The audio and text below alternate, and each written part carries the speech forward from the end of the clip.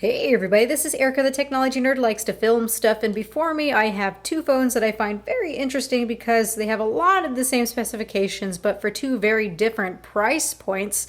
So we have the Honor 5X and we have the Huawei GX8. This is a $200 phone and this is a $350 phone with a lot of the same specifications. Of course, there are some differences, but I want to talk about them, review them together. They are similar enough phones to where I feel that I can review them together. Hopefully I can help you decide which one of these that you would like to go for. The first thing you're going to notice is that both of these have different branding, even though they do look kind of similar. This is the Honor brand and this is Huawei brand. Huawei owns Honor entirely, so Honor is a subset of Huawei.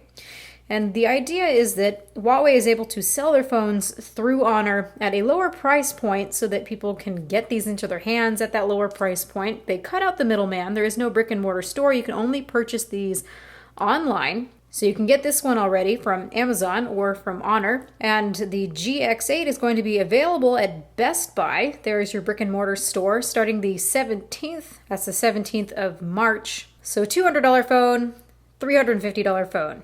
Being sold as an entry-level phone. This is being sold as a mid-tier phone. What is it that you get for the extra 150 bucks? That's the first thing that I want to talk about. And then I want to get more in depth and review these phones. I will mostly be focusing on the GX8 because these are so similar. So what is different between these? Well, on the camera, you have optical image stabilization on the GX8. You have a nicer build design on the GX8. And then you have Gorilla Glass on the front. So Gorilla Glass 4, this also has an oleophobic coating as well, so really helps with fingerprints, where the Honor 5X does not. They do have a screen protector that comes pre-installed, although I took it off for the sake of this video. So fingerprints stick more easily. They're not as easy to wipe off as what we have on the GX8. And this is some type of tempered glass. I can't say whether this is Gorilla Glass or not. They don't say. This is a flat type of glass, where this one has that nice rounded bit to it. The glass on the GX8 really does feel much nicer. But other than that, I really don't see any differences.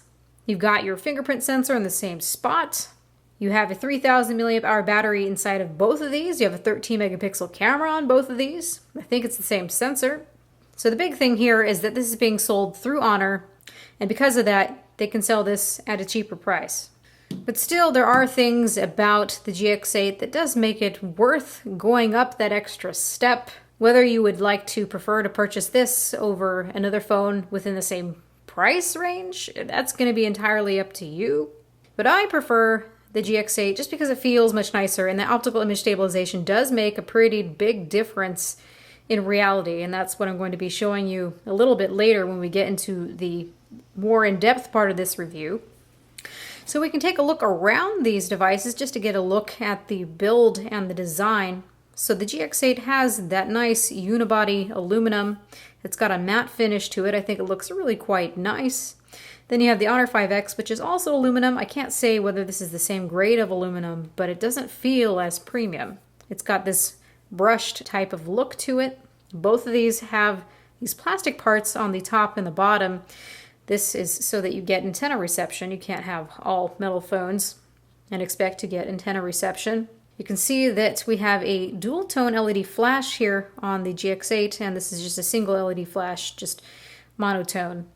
So this looks really, really nice on the GX8. You've got that nice chamfered edge all along the side here. The display is seated really nicely. Where on the 5X, you can see that the display is screwed here. It's got this plastic bit that sits here, and then it's screwed on the bottom. And it looks okay, it looks nice enough, but it certainly doesn't have the design effect of the GX8. If you look at the right-hand side, you have your volume rockers and your power buttons in the exact same place. You have this nice bit of texturing on the GX8.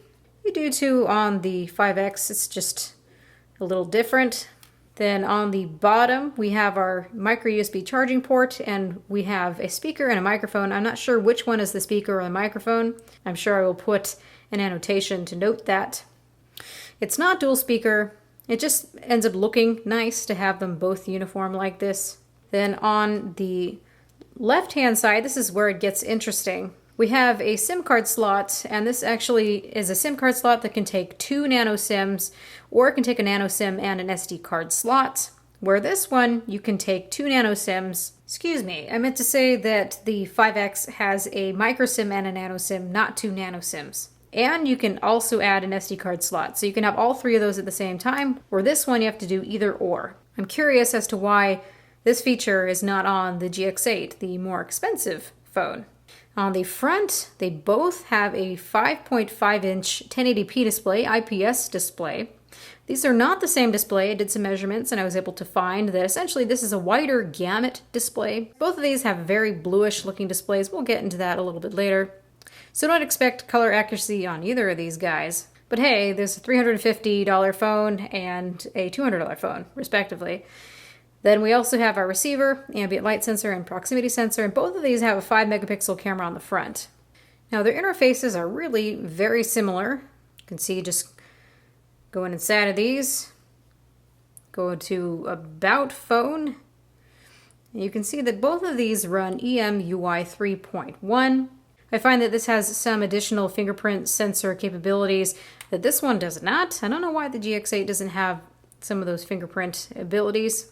Both of these have 2 gigabytes of RAM. Both of these have 16 gigabytes of internal storage. Both of these have the exact same SoC.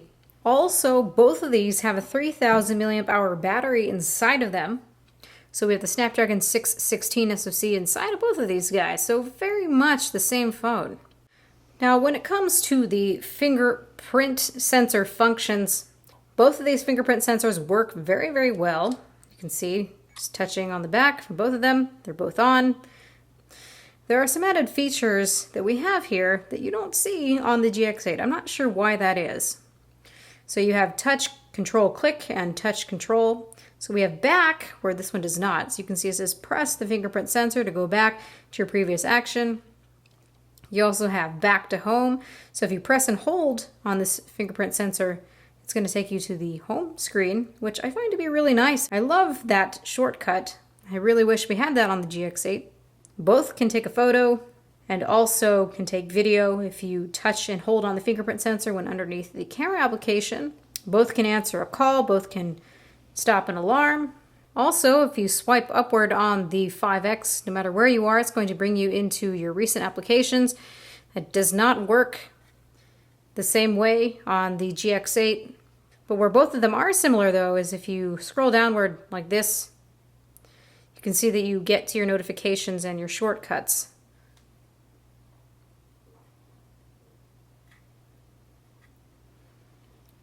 So that works the same way on both of them. And then on both of these, if you double touch, it's going to clear those notifications for you. So considering that these are both EMUI 3.1, I don't know why the GX8 doesn't have these features. I can only hope that in a future update we will get those features, or maybe they're an exclusive to the 5X.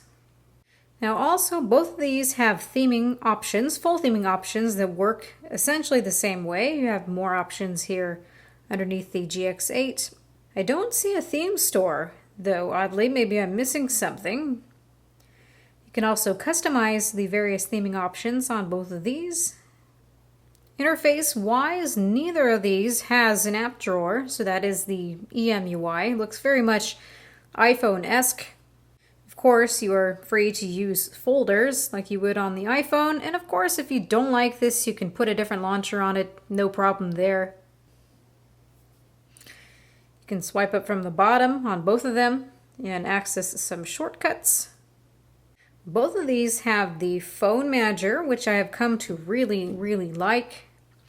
Some really nice features that Huawei adds on top of Lollipop. This is Lollipop, by the way. It's not Marshmallow. I hope that this has a Marshmallow update sometime in the near future, because it would be really nice to have the adaptable storage, so it feels like you have more internal storage on this, because it's only 16 gigabytes for both of these. So you essentially here can scan your phone to get it to work in a more optimized way, helps with battery life, cleans out your storage, gets rid of applications that it senses are making the phone run more slowly, power saving. On both of these, you can choose between the Ultra, Smart, or Normal. I would prefer to keep it on the normal mode for gaming and videos, or if you're going to be doing more intense tasks. This really takes a look at your consumption level and what is power intensive. So if it sees something that's power intensive, you can decide to close them. And here is a full breakdown of your consumption level between hardware and software. So hardware, of course, it will be the screen. Then for software, we can see what is the heaviest hitter as well. That would be Gmail. So this is a setting that I have really liked. So you can just scan the entire thing. It's going to run some optimizations for me. Just overall, I think that it helps make the phone run a bit more smoothly and helps to optimize the battery. So very cool, Huawei. That is a feature that I have come to really love. Now, speaking of battery life, I mentioned that both of these have a 3000 milliamp hour battery inside of them, and both of them get really great battery life. I'm able to get 5 hours of on-screen time, no problem. That's even when on the normal mode. And it lasts me a full 24 hours almost, so very happy with this. Now, given this isn't the most powerful phone, but it does have a nice sizable battery inside of this, and it will certainly last you through the day or 2 days. I had no trouble whatsoever. Really liked that. On both of these guys, you've got other various cool features, such as being able to double tap on the volume button, and it's going to open up the camera quickly for you. You can enable Ultra Snapshot, which is allowing you to not only execute the camera, but snap a picture all at the same time very quickly. Or you can disable that and simply have it execute the camera application. That's nice. It reminds me very much of the Nexus 6P, also by Huawei. You can open up various applications by drawing on the screen. So here is a W. And that opens up weather. You can program whatever application you want it to. You put an E. It opens up the web browser. So A+ for the cool features that have been packed into this on top of Lollipop. Now, I've been testing both of these devices side by side, and I can see that they're pretty much smack dab the same in terms of performance. They've got the same SoC inside of this. So this is the Snapdragon 616. Now we have 3 devices here running Geekbench 3. This is the Huawei Nexus 6P. You can see how similarly the GX8 and the 5X perform. CPU-wise, very much the same. But comparatively to something like the Nexus 6P with a Snapdragon 810 SoC inside of it, you can see that it's of course, it's not performing as good as more cream of the crop. Going around the interface on both of these phones, I do notice a little bit of stutter, a little bit of lag here and there. They're not the most smooth performing phones. Sometimes they run pretty smoothly.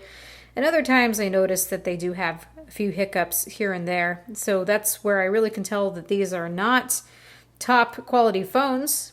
The GX8 more so kind of creates a little bit of a disparity there, because this really looks like a nicer phone, but under the hood, performance-wise, just going around the interface and when opening up applications, you can feel that this is not the most powerful of phones. But it's good enough, certainly. Certainly it's good enough. Now, looking graphics-wise comparatively to the Nexus 6P, this is GFX benchmark. You can see for the on-screen, you're getting 5.9 frames per second versus 15. For the off-screen, 5.6 versus 23 frames per second. You've got for T-Rex 15 frames per second versus 38, and also 14 versus 48, so this is much more powerful. Game-wise, the performance has been okay, just as with many Android games. These devices are more than powerful enough to play these Android games. I was able to play Asphalt 8 for a half hour without any trouble whatsoever. The device really didn't get that hot either. Neither did the 5X for that matter. Of course, frame rates aren't the absolute most smooth, and I'm not expecting that, but it can run games really just fine, no complaints whatsoever. Now, taking a look at the displays side by side, both of these have a 5.5-inch 1080p IPS display. As I mentioned earlier, the GX8 has a wider gamut than the Honor 5X. So this is showing a wider range of colors than the 5X is. Although the 5X, I see a lot of oversaturation, such as in the cyans, the blues, the magentas, the greens, most certainly. So both of these make images look more saturated than they should be. Also, both of these have quite a cool white point, so whites look on the bluish side. Really quite bluish. Please don't expect any type of color accuracy for either of these. The display on the Honor 5X is brighter. It's about 100 nits or so brighter than the GX8 is. I think it's somewhere in the 500 nits, where this is somewhere in the 400 nits. The contrast ratio is better, a little bit better on the GX8 though. These displays are just okay displays. Coolish tone to both of them and oversaturated colors, weird processing with the colors. Now, connectivity-wise for both of these make good phones. I think call quality has sounded pretty alright. I am bummed that this only has the 2.4 gigahertz band for Wi-Fi, no 5 gigahertz band. That's something that's actually kind of irking me. Also, we don't have a gyroscope in this, so keep that in mind. You have an accelerometer, but no gyroscope. We also don't have NFC either, so you're not going to be using Android Pay with these phones. If you wanted to know very briefly about the speaker between the two on the bottom of these, I feel that the speaker quality is a little bit better on the GX8. It doesn't sound as tinny. Now, the last thing that I want to talk about in this review / comparison are the cameras, the 13 megapixel cameras, also the 5 megapixel cameras on the front. Now, it's really nice that the GX8 has optical image stabilization, especially even at this price point.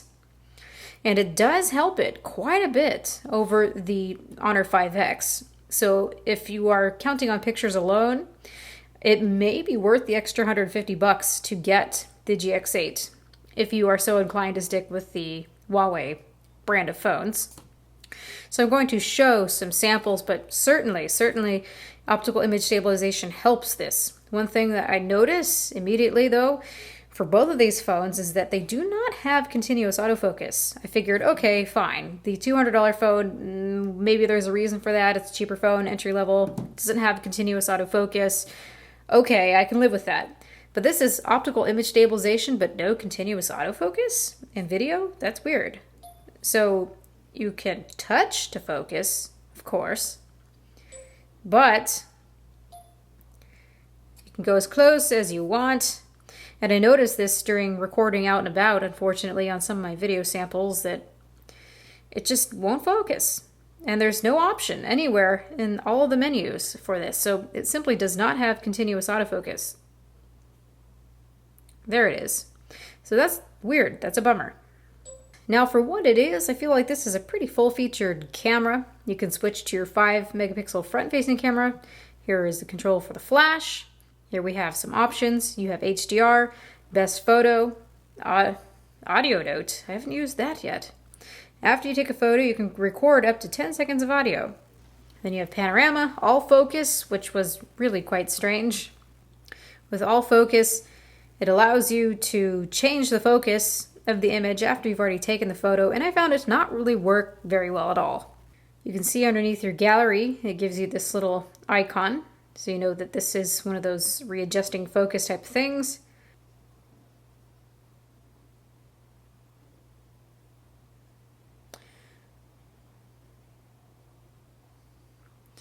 So you can see I'm touching and it's refocusing, but it's not focusing on the thing that I was trying to focus on initially, which was this little flower.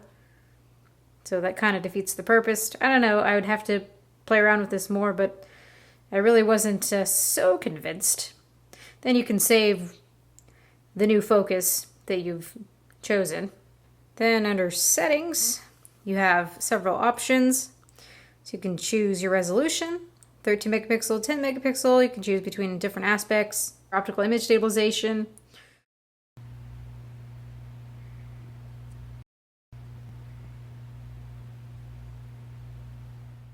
Object tracking, you can touch the object you want to focus on. The camera will then track and focus on that object. Didn't find that it worked that well. Then you've got advanced settings. You can adjust ISO, white balance, image adjustment, so exposure, saturation, contrast, brightness, restore defaults. There's a lot of things in here. Then you've got some various modes on the side. Good food, beauty, photo, video, time-lapse. And of course, with the video, you have some extra settings as well. You can choose Full HD 1080p for the resolution, 720p, VGA, and so on and so forth. Then of course you can switch to the front, and you have another setting called makeup, and you can create all kinds of heinous effects. It tracks your eyes and adds lipstick and eyelashes. Now in terms of photo quality, I really only got to test out the GX8, but both of these have the same camera except for the optical image stabilization. Out in daylight, these should be performing about the same. But in indoor scenarios is where this really does a lot better, having the optical image stabilization. In terms of photo quality, a lot of the times I find that the photos are pretty good. Pretty happy with it. I find that skin tones look pretty natural. A lot of the times colors look natural. But then other times I find the images end up looking like they have way too much contrast added to them. So again, I think it's just kind of give or take, but I think that there's plenty of detail in the images. I've overall been pretty happy with these as a camera, just as for point and shoot. Been able to take some nice close-up photos. Get a nice blurred background. But where I'm really not happy though is with video recording. Video recording really leaves much to be desired. Was always where many magical things happen. Oh, I think that trash bin is preserving some nature right now. Very fresh. There's dog poop in there. I don't like dog poop. Do you like dog poop, Jonathan? It is a necessity of life, unfortunately. Everything poops. Except you. I poop too. No, you don't. Yes, I do. Don't believe her. It's not true. She's perfect. I pooped. She does not poop. I pooped this morning. No. That's not quite something I can put on YouTube. Videos end up having way too much contrast. So colors don't look good at all, and having the lack of continuous autofocus just kind of spoils the whole experience. So it's nice to have optical image stabilization, but what's the point if it's not also allowing you to focus and use it as a video camera? So results have been kind of give or take. Sometimes good, sometimes not so good. It does okay in low lighting, not too bad. An indoor restaurant type low lighting, I still see a nice bit of detail. But really low lighting is where it's going to struggle. I really didn't expect it to do very well anyway. But even there, optical image stabilization isn't going to help it. So here is the front-facing camera on the GX8. So you can kind of see what this quality looks like. It's a front-facing camera. That was Jonathan. He's the most handsomest in the whole world. These are strange ways that we contort our body in order to take vlogs. That's attractive. I have to go squeeze him.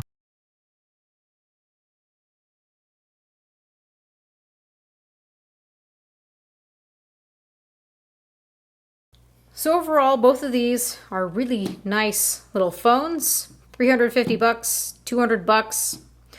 The only thing that really has me jumping between the 5X to the GX8 is that optical image stabilization. Otherwise, yeah, you know, body build is nice. I do prefer the build on this one, indeed, but it's not going to make me jump up $150 to have, I don't think. Plus, I like how I have 2 SIM card slots and an SD card slot on this. So you guys are going to have to let me know what you think about both of these phones, which one you would go for specifically. And it's interesting that the 5X has some extra features for the fingerprint sensor for the interface that the GX8 does not. So let me know what you guys think. This has been Erica, the technology nerd who likes to film stuff. Please rate, comment, and subscribe. As a side note, I am giving this away as continuing my giveaway series, so please stay tuned for this giveaway. I will make a video for that in the very near future. So again, let me know what you guys think, and have a good night.